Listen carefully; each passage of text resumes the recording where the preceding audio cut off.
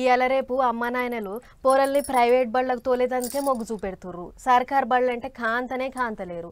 Private బళ్ళు అయితేనే చదువులు మంచిగా చెప్తారు. పొద్దుమూకి స్టడీ అవర్లని కూర్చోబెట్టి చదివిస్తారు. బడి అయిపోయినాకనేమో ట్యూషన్ చెప్తారు. సర్కార్ బళ్ళు ఏముంటుంది అని అనుకుంటారు. కనీసం చూద్దానికి కూడా ముద్దుగుండవాయే. అవి గట్ల అనుకుంటుర్రనే సొంత పైసలతోని గింత ముద్దుగా రంగులద్దిండు బడిపంతులు. రంగురంగుల బొమ్మలు, బడి నిండా పచ్చడి చెట్లు, తీరు రాతలు, తీరొక్క రంగులు, సీసీ కెమెరాలు, ఇంకుడు గుంతలు. ఇదంతా చూసి ఏదో ప్రైవేటు బడి గిట్లనేమో అనుకునేళ్ళు. కాదు, సర్కారు బడి. అవు బరాబర్ సర్కారు బడే.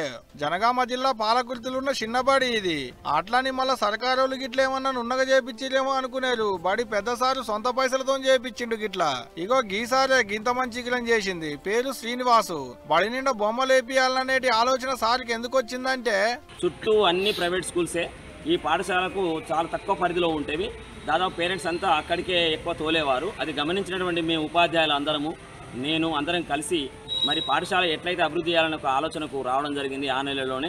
ఆగనాట పోయినేడు సార్లు కొత్తగా బళ్ళకి వచ్చినప్పుడు అంతా పడబడ్డట్టే ఉండేనట. గా బల్లె చదువుకునే తందుకు పొల్లగాళ్ళు కూడా తక్కువనే వచ్చేడుతుండేనట. పొల్లగాళ్ళను బళ్ళకు పంపించామని అడిగితే గట్టున్న బళ్ళకు ఎట్ట పంపించాలని అనేడుతుండేనట పొల్లగాళ్ళ అవ్వనాయనలు.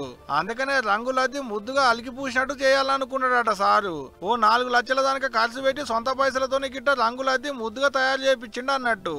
ఈ ఏడు పోయినేడు కంటే ఇంత ఎక్కువనే వస్తువులట కూడా పొల్లగా బళ్ళకు. అయితే కా బళ్ళె ఇది ఉంది అది లేదనేటి ముచ్చటే లేదు. అన్ని తీర్ల సవలతులు ఉన్నాయి.